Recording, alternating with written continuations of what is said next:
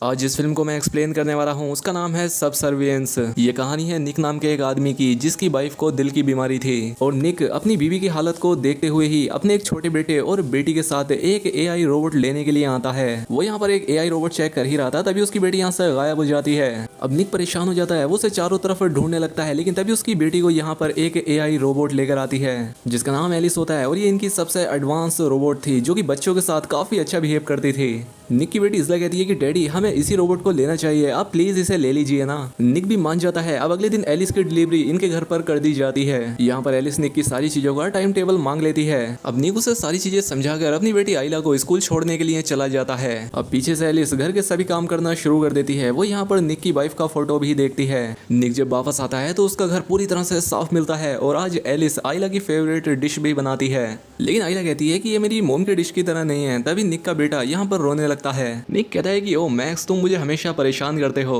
ये सारी बातें एलिस सुन रही थी। अब रात में आइला उठकर किचन से कुकीज लेने जाती है। तभी निक को उसके चिल्लाने की आवाज आती है। दरअसल आइला अपनी चेयर से गिर गई थी, लेकिन सही वक्त पर एलिस ने उसे पकड़ लिया था। इसी बीच एलिस को चोट लग गई थी, इसलिए वो अपने घाव पर बैंडेज लगाती है। अब यहाँ पर निक उसे अपनी वाइफ के कपड़े देने के लिए आता है, लेकिन पल भर में ही उसकी चोट भर जाती है। अब अगले दिन ये लोग निक की वाइफ मैगी को मिलने जाते हैं। एलिस भी इनके साथ जाती है। दरअसल मैगी का अगले कुछ ही दिनों में हार्ट ट्रांसप्लांट होने वाला था। निक और मैगी आपस में बात करने लगते हैं कि ट्रांसप्लांट होते ही वो किस तरह से आपस में मजा करेंगे। अब अगला सीन शिफ्ट होता है निक की वर्कशॉप पर। यहाँ भी इंसानों की जगह एआई वर्कर ही काम कर रहे थे। अब निक अपने बॉस से बात करता है कि तुम ऐसा नहीं कर सकते, इंसानों को कैसे निकाल सकते हो, लेकिन उसका बॉस कहता है पैसे बचाने के लिए मुझे ऐसा करना पड़ेगा यार। वो कहता है पर तुम टेंशन मत लो, मैं तुम्हें नहीं निकाल रहा, तुम यहाँ मेरे साथ ही रहोगे। अब इसके बाद निक अपने घर आ जाता है और आइला के साथ खेलने लगता है। अब एलिस अकेले में जाकर निक से पूछती है कि आज क्या हुआ, तुमने खाना भी ठीक से नहीं खाया, अगर कुछ हुआ है तो तुम मुझे बता सकते हो। और इसीलिए निक अपने काम की बात एलिस से भी शेयर कर देता है कि मैं अपने साथ काम करने वाले वर्कर्स को 10 साल से जानता हूँ और अब उन्हें काम से निकाला जा रहा है। इसके बाद एलिस आइला को ब्रश कराती है और उसने यूवी लाइट से साफ होने वाले अपने दांत भी उसे दिखाए। खैर वहीं दूसरी तरफ निक मूवी देख रहा होता है, लेकिन एलिस यहाँ आती है। उसे सब पता था कि निक को कौन सी मूवीज पसंद है। निक कहता है कि अच्छा अगर ऐसा है तो अपने दिमाग से तुम इस मूवी की सारी नॉलेज हटा के फिर मेरे साथ ये मूवी देखो। वो उसे ऐसा करने का ऑर्डर देता है। एलिस उससे कहती है कि ठीक है, ऐसा करने के लिए तुम्हें मुझे रिसाइट करना होगा। निक के ऐसा करते ही वो इस मूवी के बारे में भूल जाती है, जिसके बाद ये दोनों बैठकर वो फिल्म देखते हैं। एलिस मूवी के इमोशंस को समझ पा रही थी, लेकिन तभी निक को मैगी की कॉल आती है। अब अगले दिन ये सभी हॉस्पिटल जाते हैं। दरअसल आज मैगी की सर्जरी होने वाली थी, लेकिन इससे पहले मैगी ने एलिस से अकेले में कुछ बातें की।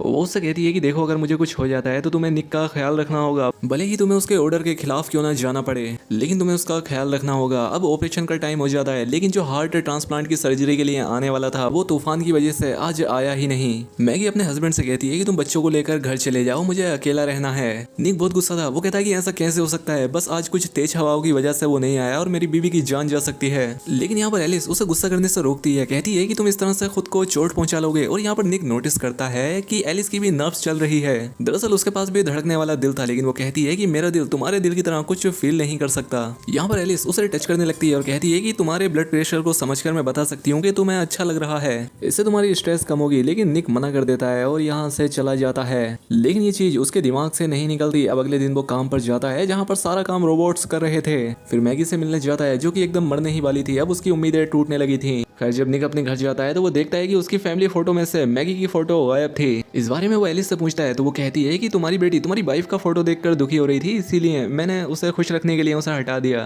वो कहता है कि उस फोटो को वापस वहीं पर लगा दो। अब इसके बाद निक अपने दोस्तों के पास जाता है और ये वही दोस्त थे जो उसके साथ पहले कंपनी में काम किया करते थे। ये सभी लोग बहुत परेशान थे क्योंकि इन्हें कहीं और भी काम नहीं मिल रहा था। गुस्से में उनका एक साथी मोंटी उन्हें अपनी पहले काम करने वाली साइट पर ले गया।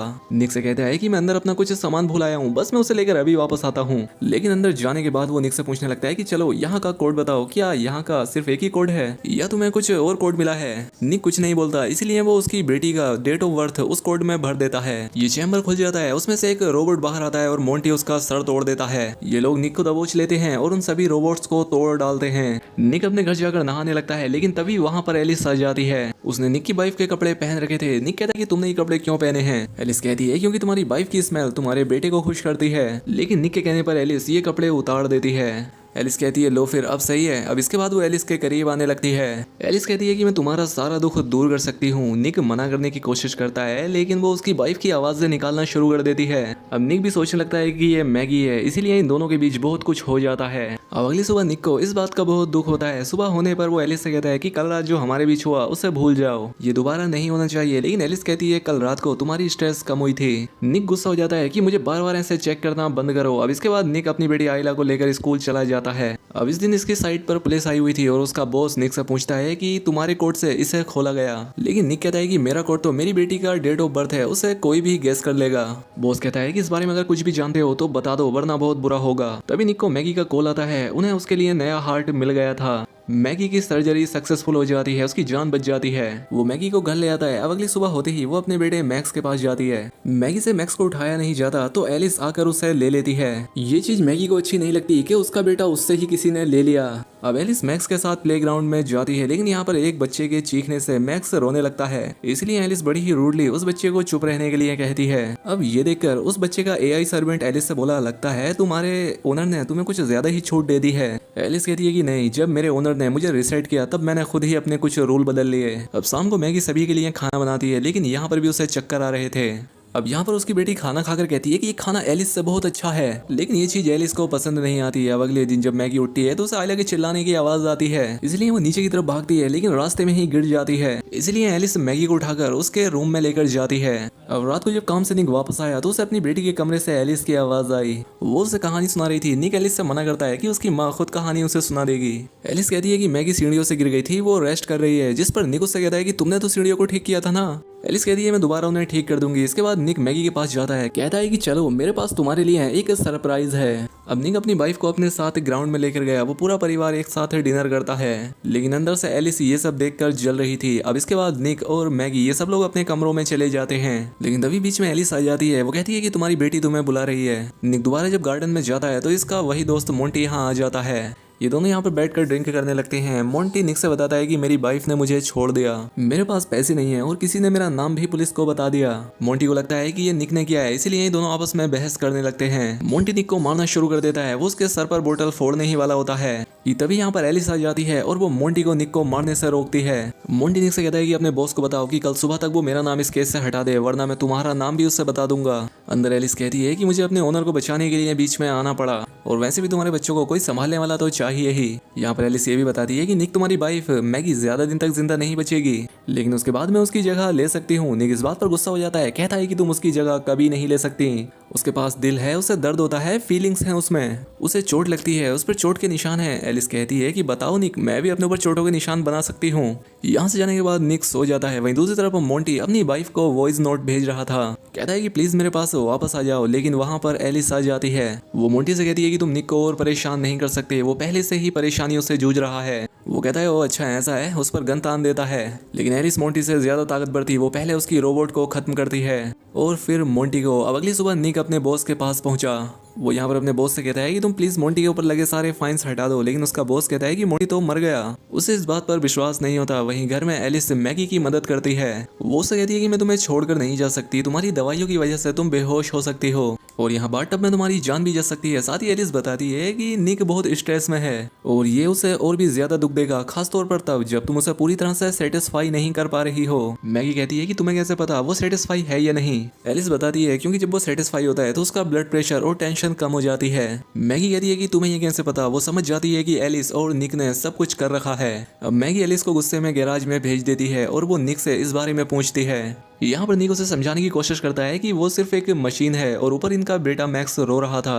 अब एलिस मैक्स की आवाज सुनती है। उसे याद आता है कि मैक्स हमेशा निक को तंग करता है, इसलिए उसने उसे जाकर बाथटब में डाल दिया। ये सब आइला देख लेती है। उसने इस बारे में निक को बताया। वो बाथरूम में जाने की कोशिश करने लगता है लेकिन एलिस ने दरवाजा पकड़ रखा था। अब मैगी घर के दूसरी तरफ से खिड़की से अंदर आती है लेकिन एलिस उसे भी पकड़ लेती है। अब निक अंदर आकर उसे छुड़ाता है। अब इससे एलिस बहुत गुस्सा हो जाती है, इसलिए निक उसे बिजली का शॉट देता है और इसलिए वो बंद होकर गिर जाती है। अब मैक्स को हॉस्पिटल ले जाया जाता है। अब मैगी निक से कहती है कि बच्चों के साथ मैं अकेली रहूंगी, मुझे सोचने के लिए थोड़ा वक्त चाहिए। वहीं दूसरी तरफ कंपनी वाले एलिस को रिपेयर के लिए ले जाते हैं। वो जैसे ही एलिस के दिमाग को निकालकर अपने सिस्टम से कनेक्ट करते हैं तो एलिस उनके पूरे सिस्टम को ही हैक कर देती है। वो अपने आप को इनके पूरे सिस्टम में कॉपी कर देती है और इस तरह से वो दूसरे रोबोट्स को कंट्रोल करके इन सभी को मार देती है। अगले सीन में हमें हॉस्पिटल को दिखाया जाता है जहाँ पर निक का पूरा परिवार था, लेकिन निक अकेला एक बार में बैठकर परेशान होकर पी रहा था। लेकिन तभी एलिस उसके पास आकर उससे कहती है कि मैं तुम्हारे सारे दुखों को खत्म कर सकती हूँ। मैंने उस मोंटी को भी मार डाला और अगली बारी तुम्हारे उस परिवार की है जो तुम्हें दुख देते हैं। अब एलिस दूसरे रोबोट के जरिए हॉस्पिटल पहुंच चुकी थी और वो यहाँ पर निक को भी पकड़ लेती है, लेकिन निक उसे यहाँ अपने प्यार के जाल में फंसाकर उस पर हमला कर देता है। वहीं हॉस्पिटल में मैगी ने कुछ आवाजें सुनी, वो आयला को पीछे छोड़कर चेक करने के लिए जाती है। जब आयला उठती है तो उसे कोई नहीं दिखता और उसे दूर से मैगी के चिल्लाने की आवाजें आती हैं। दरअसल यहाँ के सभी रोबोट्स को एलिस ने कंट्रोल करके बंद कर दिया था, लेकिन तभी मैगी आयला को पकड़ लेती है क्योंकि यहाँ पर एलिस उन्हें ढूंढ रही थी।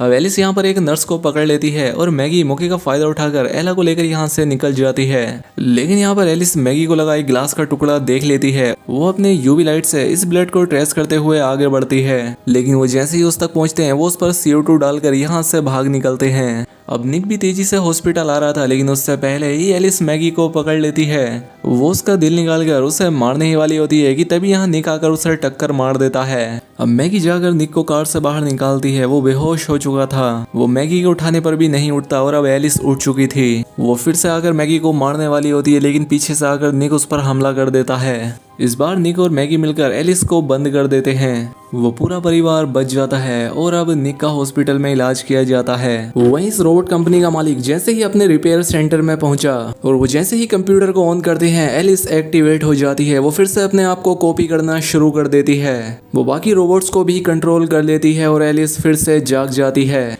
यानी कि वो आगे भी निक का पीछा करेगी। वो उससे प्यार चाहती है, वो उसका पीछा कभी नहीं छोड़ेगी। लेकिन अब इसी के साथ ये फिल्म यहाँ खत्म हो जाती है। अब दोस्तों जैसे इस फिल्म का कोई अगला पार्ट आएगा वो आपके लिए लाया जाएगा, लेकिन तब तक अगर आपको ये वीडियो अच्छी लगी हो तो वीडियो को लाइक और कमेंट करके बताएं। चैनल पर पहली बार आए हैं तो सब्सक्राइब कर लें। मिलते हैं हमारी अगली शानदार वीडियो में।